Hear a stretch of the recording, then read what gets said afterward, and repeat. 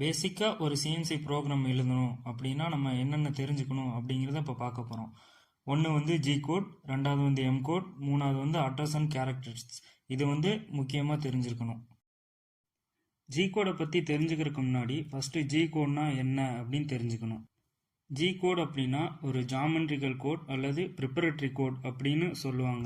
Preparatory அப்படின்னா ஒரு வேலையை செய்யறதுக்கு நம்ம அதை வந்து தயார்படுத்துகிறோம் அப்படின்னு அர்த்தம். ஜி கோடு வந்து மெஷினோட ஜாமெட்ரிக்கல் மூவ்மெண்ட்டை வந்து கட்டுப்படுத்துது, கண்ட்ரோல் பண்ணுது. ஜி கோடை வச்சு என்ன பண்ணுவோம், நம்ம வந்து மெஷினுக்கு வந்து இன்ஸ்ட்ரக்ஷன் கொடுக்குறோம். எங்கே நகரணும், எப்படி நகரணும், எவ்வளோ ஸ்பீடில் மூவ் ஆகணும், இப்படின்னு வந்து நம்ம இன்ஸ்ட்ரக்ஷன் கொடுக்கறதுக்காக இந்த ஜி கோடை யூஸ் பண்ணுறோம். எம் கோட் அப்படின்னா என்ன, மிஸ்லேனியஸ் கோட் இல்லைன்னா மிஷின் கோட் அப்படின்னு சொல்லுவாங்க. இந்த எம் கோட்டை வச்சு நம்ம நான் ஜாமெட்ரிக்கல் ஃபங்க்ஷன்ஸை வந்து கண்ட்ரோல் பண்ணுறோம். நான் ஜாமெட்ரிக்கல் ஃபங்க்ஷன் அப்படின்னா என்ன அப்படின்னு பார்த்தோம்னா, ஸ்பிண்டில் ஆன் பண்ணுறது, ஆஃப் பண்ணுறது, டூல் சேஞ்ச் பண்ணுறது, கூலண்ட் ஆன் பண்ணுறது, ஆஃப் பண்ணுறது, ப்ரோக்ராம் ஸ்டாப் பண்ணுறது, ஆப்ஷன் ஸ்டாப் பண்ணுறது, இதெல்லாம் வந்து எம் கோட்ஸில் வரும். அட்ரஸ் அண்ட் கேரக்டர்ஸ் அப்படின்னா என்னன்னு பார்ப்போம். ஏ அண்ட் பி ரெண்டுமே வந்து ஆக்சிஸ் ரொட்டேஷனுக்காக யூஸ் பண்ணுறோம். எஃப் ஆக்சிஸ்க்கு ஃபீடு கொடுக்கறதுக்கு யூஸ் பண்ணுறோம். H tool length offset input பண்ணுறதுக்காக யூஸ் பண்ணுற கோடு. ஐ, ஜே, கே இந்த 3 லெட்டரும் வந்து எக்ஸ், ஒய், ஜெட்டா ஆக்சிஸ்க்கு பேரலாக யூஸ் பண்ணுறதுக்காக வச்சுருக்கோம். எல் வந்து ஒரு ஃபிக்ஸ்டு சைக்கிளை இவ்வளோ தடவை பண்ணு அப்படின்னு லூப் திரும்ப திரும்ப அதையே பண்ணு அப்படின்னு கமெண்ட் பண்ணுறதுக்காக எல்லை யூஸ் பண்ணுறோம். என் வந்து ஒவ்வொரு பிளாக்குக்கும் நம்பர் கொடுக்கறதுக்காக யூஸ் பண்ணுறோம். பி வந்து டுவல் டைம் இன்புட் பண்ணுறதுக்கு யூஸ் பண்ணுறோம். டபுள் டைம் வந்து செகண்ட்ஸில் கொடுப்போம். கியூ அண்ட் ஆர், கியூ வந்து பெக்கிங்காகவும், ஆர் வந்து ரெக்ட்ராக்டுக்காகவும் யூஸ் பண்ணுவோம். இது வந்து ஜெட்டுக்காக வேலை பார்க்கும். எஸ் வந்து ஸ்பிண்டில் ஸ்பீடு இன்புட் பண்ணுறதுக்கு யூஸ் பண்ணுவோம். டி வந்து டூல் நம்பர் இன்புட் பண்ணுறதுக்கு யூஸ் பண்ணுவோம். டி வந்து டயாவை இன்புட் பண்ணுறக்கும், ஆர் வந்து ரேடியஸ் இன்புட் பண்ணுறக்கும் யூஸ் பண்ணுறோம். நம்மளுக்கு ஜி கோட்ஸ்னால் என்னன்னு தெரியும். இப்போ ஜி கோட்ஸை பற்றி பார்க்க போகிறோம். G00 G0வை ஃபாஸ்ட் ட்ராவர்ஸ்னு சொல்லுவாங்க, ரேபிட் ட்ராவர்ஸ்னு சொல்லுவாங்க. ஒரு ஜாமெட்ரிக்கல் பொசிஷன்லேருந்து இன்னொரு ஜாமெட்ரிக்கல் பொசிஷனுக்கு ஃபாஸ்ட்டாக மூவ் பண்ணுறதுக்கு G0வை யூஸ் பண்ணுவோம். கட்டிங் அண்ட் மெஷினிங் ஆப்ரேஷன்ஸுக்கு வந்து யூஸ் பண்ண மாட்டோம் G0வை. G0வோட சின்டெக்ஸை பாருங்கள். G0 X, Y, Z. இந்த வேல்யூ இன்புட் பண்ணாவே நம்ம பொசிஷன் பண்ண போகிற இடத்துக்கு ஃபாஸ்ட்டாக மூவ் ஆயிரும். G01 linear interpolation. G01 ஒரு பாயிண்ட்லேருந்து இன்னொரு பாயிண்ட்டுக்கு ஸ்ட்ரெயிட் லைனில் மூவ் பண்ணுறதுக்கு யூஸ் பண்ணுவோம். G01 ஃபீடை டிபெண்ட் பண்ணி தான் மூவ் ஆகும். நம்ம எவ்வளோ ஃபீட் ரேட்டு இன்புட் பண்ணுறோமோ அதை பொறுத்து தான் ஆக்சிஸ் மூவ்மெண்ட்டு ஸ்பீடு இருக்கும். சின்டெக்ஸில் பாருங்கள். G01 X, Y, Z, F. அந்த எஃப்பில் தான் நம்ம ஃபீட் ரேட் எவ்வளோ அப்படின்னு இன்புட் பண்ணுவோம். G02 G03 circular interpolation.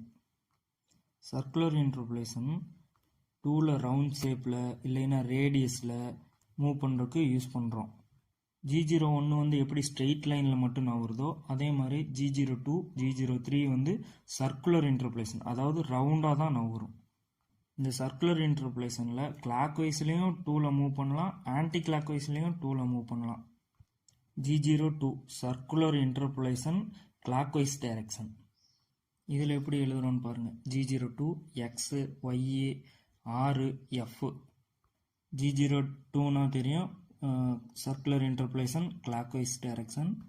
X, Y ரெண்டுமே ஜாமெட்ரிக்கல் வேல்யூ. R வந்து இந்த இடத்துல ரேடியஸ். F வந்து ஃபீட் ரேட், எவ்வளோ ஃபீடில் மூவ் ஆகணும் ஆக்சிஸ் அப்படிங்கிறது. G03 circular interpolation counter clockwise direction. இதில் வந்து ஆக்சிஸ் கவுண்டர் கிளாக் வைஸில் வந்து மூவ் ஆகும்.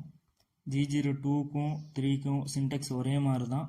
என்ன, G02 வந்து கிளாக் வைஸில் மூவ் ஆகும், G03 வந்து ஆன்டி கிளாக் வைஸில் மூவ் ஆகும். அவ்வளோதான், இந்த ரெண்டு கோடுக்கும் இருக்க different. G20 inch data input, G21 metric data input. நம்ம பண்ணுற ப்ரோக்ராம் இன்ச்சஸ்க்காகவா இல்லை எம்எம்காகவா அப்படின்னு நம்மளுக்கு தெரியணும். G20 கொடுத்தீங்கன்னா இன்ச்சஸ்க்காக மூவ் ஆகும் ஆக்சிஸ். G21 கொடுத்தீங்கன்னா எம்எம்காக மூவ் ஆகும். இப்போது எக்ஸ் 5 அப்படின்னு கொடுத்தீங்கன்னா 5 mm மட்டும் மூவ் ஆகும் G21. 20 கொடுத்தீங்கன்னா 5 இன்ச்சு மூவ் ஆகும். இதுதான் G20க்கும் 21க்கும் இருக்க different. G28 reference point return. இது என்னன்னா மெஷினோட ஹோம் பொசிஷன். ஹோம் பொசிஷன் அப்படின்னா மிஷினுக்கு ஒரு இடத்த வந்து X0, Y0, Z0 அப்படின்னு வந்து மேனுஃபேக்சரரே முடிவு பண்ணி வச்சுருப்பாங்க. அந்த வேல்யூ தான் நம்ம G28 கொடுத்தோம்னா ஹோம் பொசிஷன் அங்கே போய் நிற்கும். அதுதான் அந்த G28. நெக்ஸ்ட்டு G40 வந்து cutter compensation cancel. Cutter compensation அப்படின்னா என்னன்னா டூலோட டைமென்ஷன்ஸை காம்பன்சேட் பண்ணுறது. இப்போ டூல் ஒரு வியர் ஆகுது அப்படின்னா அந்த வியருக்காக நம்ம இதை வச்சு காம்பன்சேஷன் பண்ணலாம். இப்போ ஒரு 10 mm கட்ரு போட்டு சர்க்குலராகவோ இல்லை ரெக்டாங்குலராக ஒரு பாக்கெட் அடிக்கிறீங்கன்னு வச்சுக்கோங்க. அதுக்கு வந்து எக்ஸ் இவ்வளோ நகரணும், ஒய் இவ்வளோ நகரணும் அப்படின்னு ப்ரோக்ராம் எழுதுவீங்க. அது வந்து டூலோட சென்ட்ரு பாத்துக்காக நகரும். அது வந்து சென்டரில் நகராமல் அந்த 10 mm கட்டுனா அதில் பாதி உள்ளே தள்ளி நகர்றதா இல்லை வெளியே தள்ளி நகர்றதா இப்படின்னு முடிவு பண்ணுறோம்ல, அப்படின்னு கொடுக்குற அந்த வேல்யூ. அப்புறம் நம்ம டூல் லென்த் இன்புட் பண்ணுவோம்ல அந்த வேல்யூ. இதெல்லாம் கேன்சல் பண்ணுறது தான் G40. G41, 42, 43 இதெல்லாம் வந்து இந்த G40 வச்சு கேன்சல் பண்ணிடுவோம். G54, G55, G56 இதெல்லாம் வந்து கோஆர்டினேட் சிஸ்டம். கோஆர்டினேட் சிஸ்டம் அப்படின்னா நீங்கள் ஒரு ஒர்க் பீஸ்க்கு வந்து XY வேல்யூ எடுக்கிறீங்களா, அந்த வேல்யூவை இன்புட் எதில் பண்ணுவோம், ஒர்க் ஆப்செட் அப்படின்னு ஒரு இடத்துல இன்புட் பண்ணுவோம். அந்த இன்புட் பண்ணுற டேட்டா தான் 54, G54, G55, G56 இதெல்லாம். G43 tool length compensation plus direction. இந்த G43 என்ன பண்ணோம்னா டூல் ஆப்செட்டில் இருக்க டூல் ஹைட்டை இன்புட் பண்ணுறதுக்கு யூஸ் பண்ணுறோம். G43 ஹச்னா height offset. ஒரு 10 டூல் யூஸ் பண்ணுறோம் அப்படின்னா அந்த 10 டூலோட ஹைட்டும் டூல் ஆப்செட்டில் வந்து இன்புட் பண்ணியிருப்போம். நம்ம இப்போ யூஸ் பண்ணுற டூலோட ஹைட்டு எது அப்படின்னு மிஷினுக்கு தெரியணும்னா G43 ஹச். இப்போ 6 நம்பர் டூலை வந்து நம்ம யூஸ் பண்ண போகிறோம்னா G43 H6 அப்படின்னு போட்டோம்னா அந்த 6 நம்பர் டூலோட எவ்வளோ ஹைட்டோ அதை வந்து ரீட் பண்ணிக்கும். டூல் நம்பர் வேறு, டூல் ஆப்செட் நம்பர் வேறு. இப்போ 5 நம்பர் டூலுக்கு நம்ம 6 நம்பர் ஹைட் ஆப்செட் கொடுக்கலாம், 20வது நம்பர் ஹைட் ஆப்செட் கொடுக்கலாம், எது வேணாலும் கொடுக்கலாம். இது ரெண்டையும் குழப்பிக்க கூடாது. டூல் நம்பர் வேறு, டூல் ஹைட் ஆப்செட் நம்பர் வேறு. G74, G84 ரெண்டுமே டேப்பிங் சைக்கிள். G74 வந்து left hand taping cycle, G84 right hand taping cycle. Mostly நம்ம 84 ரைட் ஹேண்ட் டேப் தான் யூஸ் பண்ணுவோம். கஸ்டமரோட ரெக்யூர்மெண்ட்ஸ்க்கு ஏற்றாப்புல நம்மளுக்கு லெஃப்ட் ஹேண்ட் த்ரெட் வேணும்னா லெஃப்ட் ஹேண்ட் த்ரெட் அடித்து கொடுப்போம். அதுக்கு வந்து G74 யூஸ் பண்ணுவோம். G73 ஹை ஸ்பீட் பெக் ட்ரில்லிங். G83 வந்து பெக் ட்ரில்லிங். இது ரெண்டுமே வந்து ட்ரில்லிங் சைக்கிள் தான், ட்ரில் போடுறதுக்கு யூஸ் பண்ணுவோம். 73ல் பார்த்தீங்கன்னா பெக்கிங் ரொம்ப ஹை ஸ்பீடில் இருக்கும், 83ல் நார்மல் ஸ்பீடில் இருக்கும். டேப்பிங் சைக்கிளோட சின்டெக்ஸ் பாருங்கள். G74 இல்லைன்னா G84 X, Y, Z, R, F. X, Y பொசிஷனை குறிக்கும், Z வந்து எவ்வளோ டெப்த்து போகணும்னு சொல்கிறோம், R ரெட்ராக்ட் பாயிண்ட்டு, F வந்து ஃபீடு. G73, 83 சின்டெக்ஸை பாருங்கள். X, Y, Z, R, Q, Z feed. XY வந்து பொசிஷன் குறிக்கும், Z வந்து எவ்வளோ டெப்த்து போகணும்னு சொல்கிறோம், Q வந்து டெப்த் ஆஃப் கட்டு. பெக்கிங் சொல்கிறோம் இல்லையா, அந்த பெக்கிங் தான் Q. எவ்வளோ பெக்கிங் வந்து எத்தனை mm வந்து பெக்கிங் கட் பண்ணணும் அப்படிங்கிறத கொடுக்குறோம், அதுதான் Q. R வந்து ரெட்ராக்டு, ஃபீடு வந்து எவ்வளோ ஃபீடில் போகணும் அப்படின்னு சொல்கிறோம். இதுதான் வந்து இந்த டேப்பிங் சைக்கிளுக்கும் ட்ரில்லிங் சைக்கிளுக்கும் இருக்க சின்டெக்ஸு. நம்ம ப்ரோக்ராம் எழுதும்போது இந்த R வந்து எப்படி வேலை செய்யும் அப்படின்னு நான் தெளிவாக சொல்லித்தரேன். G80 வந்து Cantt cycle cancel. Cantt cycle அப்படின்னா என்னன்னா, இப்போ நம்ம பார்த்தோம்ல டேப்பிங்கு, ட்ரில்லிங்கு, போரிங்கு, இது எல்லாத்தையுமே வந்து கேண்ட் சைக்கிள் அப்படின்னு ஒரு இதுக்குள்ள கொண்டு வந்திருக்காங்க. இந்த சைக்கிள்ஸை ஸ்டாப் பண்ணுறக்கு இல்லைன்னா கேன்சல் பண்ணுறக்கு வந்து இந்த G80 வந்து யூஸ் பண்ணுறோம். இப்போ கட்டர் காம்பன்சேஷன் கேன்சல் பண்ணலாம்ல G40, அதே மாதிரி G80 Cantt cycle cancel.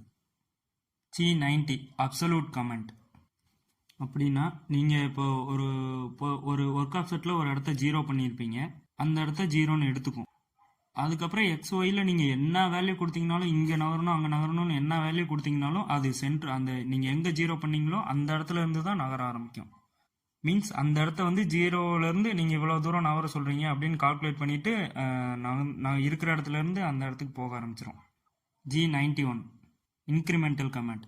Incremental கமெண்ட்னா, இப்போ டூல் எந்த இடத்துல நிற்கிதோ அந்த இடத்த அது 0வா நினச்சிக்கும். அந்த இடத்துல இருந்து 50 mm கொடுத்தீங்கன்னா அங்கேருந்து 50 mm மட்டும்தான் நகரும்.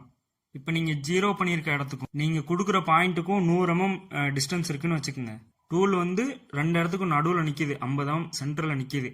அப்போ இந்த 91 கமாண்ட் யூஸ் பண்ணிங்கன்னா 50 கொடுத்தீங்கன்னா போதும், அது இருக்கிற இடத்த 0 பண்ணிவிட்டு அங்கேருந்து 50 mm தான் நகரும். இதுதான் G91. G98 return to initial level. G99 return to R point level. இந்த ரெண்டு கோடு கேண்ட் சைக்கிள் எங்கெங்கே யூஸ் பண்ணுறோமோ அங்கெல்லாம் யூஸ் பண்ணுவோம். இதுவும் ப்ரோக்ராம் எழுதும்போது இந்த 99ம் 98ம் எப்படி வேலை செய்யுது அப்படின்னு தெளிவாக சொல்லித்தரேன். இப்போ எம் கோட்ஸை பற்றி பார்ப்போம், என்னென்ன எம் கோட்ஸ் இருக்குன்னு. இந்த எம் கோடு வந்து எல்லா இடத்துலையும் ஒரே மாதிரி இருக்காது, ஒவ்வொரு மிஷினுக்கு ஏற்ற மாதிரி மாறும், மேனுஃபேக்சருக்கு ஏற்ற மாதிரி மாற்றி மாற்றி வச்சுருப்பாங்க.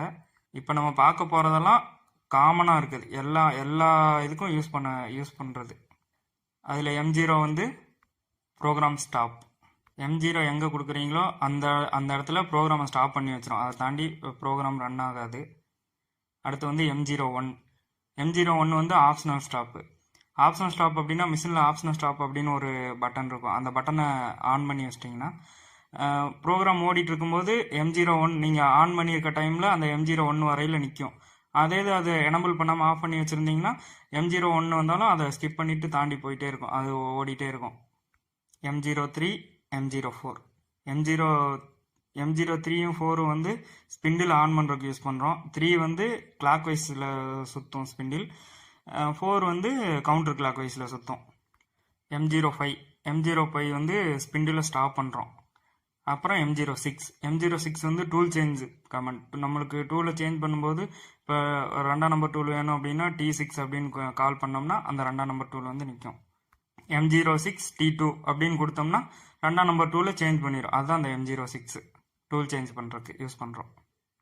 அப்புறம் M08 M09 கூலண்ட் ஆன் பண்ணுறோம், M09 வந்து கூலண்ட் ஆஃப் பண்ணுறோம். M19 spindle orientation. இப்போ போரிங் பாரெல்லாம் கழட்டினோம்னா என்ன பொசிஷனில் கழட்டணுமோ அந்த பொசிஷனில் தான் மாட்டுவோம். மாட்டும் போதே ஸ்பிண்டில் ஓரியன்டேஷன் போட்டு அந்த பொசிஷனுக்காக போரிங் பாரை மாட்டுவோம் இல்லையா, அதுக்கெல்லாம் யூஸ் பண்ணுவோம். அப்புறம் டூல் சேஞ்ச் ஆகும்போதும் ஸ்பிண்டில் தானாகவே ஓரியன்டேஷன் ஆகி அதுக்கப்புறம் தான் சேஞ்ச் ஆகும்.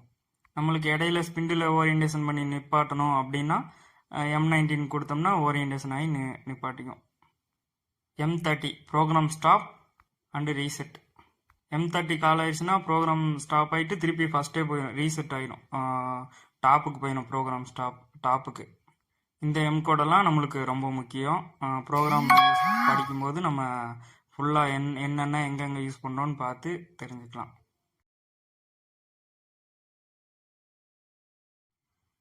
மூணு முக்கியமான கேரக்டர்ஸ் இருக்குது. இப்போ நம்ம பார்த்த G கோடு, M கோடு, அட்ரஸ் கேரக்டர்ஸ், இதெல்லாம் தாண்டி ஒரு 3 கேரக்டர்ஸ் இருக்குது. அது 3 என்னென்னு பார்த்துக்குவோம். அதில் ஒரு சின்ன தப்பு நடந்தால் கூட ப்ரோக்ராம் எரர் ஆகும், ஆக்சிடென்ட் ஆகிறதுக்கு வாய்ப்பு இருக்குது. ஃபஸ்ட் என்னென்னா க்ளோஸ்டு ப்ராக்கெட். கமாண்ட் இன் ப்ரோக்ராம். இது வந்து ப்ரோக்ராமுக்குள்ளே நம்ம ஆப்ரேட்டருக்கு கமாண்ட் பண்ணுறதுக்கு ஏதாவது சொல்கிறதுக்கு யூஸ் பண்ணிக்கிறோம். இதுக்குள்ளே என்ன எழுதினாலும் அதை வந்து ப்ரோக்ராம் ரீட் பண்ணாது. இப்போ வந்து நம்ம ஒரு 6 mm ட்ரில்லு போடுறோம்னு வச்சுக்கோங்க. ஸ்டார்டிங்கில் இந்த ப்ராக்கெட்டை போட்டு அதுக்குள்ளே வந்து டயா 6 mm ட்ரில் அப்படின்னு போட்டோம்னா அந்த லெட்டர்ஸை வந்து அது வந்து கால் பண்ணாது. நம்மளுக்கு வந்து 6 mm ட்ரில் ஓட போகுது, இதுக்கான ப்ரோக்ராம் தான் கீழே இருக்குது அப்படின்னு நம்மளுக்கு வந்து கம்யூனிகேஷன் கொடுக்குறதுக்காக இந்த ப்ராக்கெட் யூஸ் பண்ணுவோம். ரெண்டாவது வந்து செமிகோலன். இது வந்து ப்ரோக்ராமில் ஒரு லைன் எழுதணுமா, அந்த லைன் முடிஞ்சிருச்சுன்னா அதுக்கு பின்னாடி லாஸ்ட்டில் இந்த செமிகோலன் கொடுக்கணும். அந்த செமிகோலன் வந்தால் தான் ஓகே லைன் எண்ட் ஆயிடுச்சு அப்படின்னு வந்து ப்ரோக்ராமுக்கு தெரியும். ரீட் பண்ணும்போது லைன் எண்ட் ஆயிடுச்சு, அடுத்த லைனுக்கு போவோம் அப்படின்னு அடுத்த லைனுக்கு மூவ் ஆகும். மூணாவது ஸ்லாஷ்.